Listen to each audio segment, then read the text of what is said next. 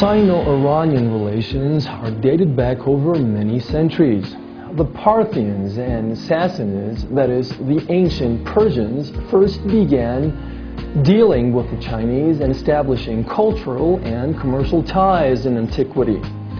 Something which later led to the creation of the legendary Silk Road. But contemporary political ties were only resumed and reestablished less than 40 years ago, that is, in the early 1970s. From Beijing, here's PressTV's Stephen Rebay with a bit more history. The People's Republic of China celebrated the 60th anniversary of its foundation on October the 1st. This year, it has also moved into the 38th year of official relations with Iran, another ancient nation with which trade and cultural ties are growing stronger by the day. Today, the Iranian community in Beijing has some 500 members, including one family that has been in the capital from very close to the beginning of these relations.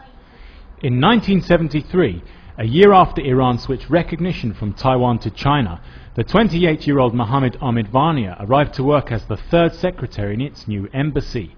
With him were his wife Sarah and his one child, a 2-year-old girl called Zahilia. At that time, Beijing was very simple. Beijing was like an ocean of bicycles. But after Mao Zedong died in 1976, Deng Xiaoping came and there was some change and open door policy. And now we can see the change in everywhere in China. In nearly 4 decades, the Ahmadvanias have seen the country go through a bigger transformation than any other Iranians. As Zara told us, one advantage of being such an old hand is that whenever you need something, you always know where to go. Beijing's oldest and biggest mosque is in the western suburb of Nujie. It's surrounded by a sizable Muslim community. A stone's throw away is the capital's biggest halal market. Yes, usually once a week I will come here to buy some halal meat. The shoppers, all of them, they are Muslim, and they have a lot of different kinds of the spices we like they have here. Also in Iran, usually we eat a lot of kebab, which they call it sheshlik. They have here the chakars and the things we can make it out of it. To date, Zara has raised 5 children in China. Her third was Sina, who is halfway through a degree in business administration at the capital's elite Tsinghua University. As he has found, one of the challenges of studying China is the language. At first, it was very hard to learn Chinese. Chinese is like it has thousands of characters. You have to memorize each character. The best thing that worked very good for me was to find some Chinese friends. After speaking with them all the time, I improved my Chinese. They see Iran as a small country, but with an old and pure culture. They always talk about Silk Road because it used to pass through Iran. Alongside trade, cultural ties between Iran and China have a history of well over 1,000 years. In the Tang dynasty, Iranian merchants did business and even made their homes in the Chinese capital of Chang'an. They brought with them a great deal of Persian culture, including food, music, dance, and even ethnic customs.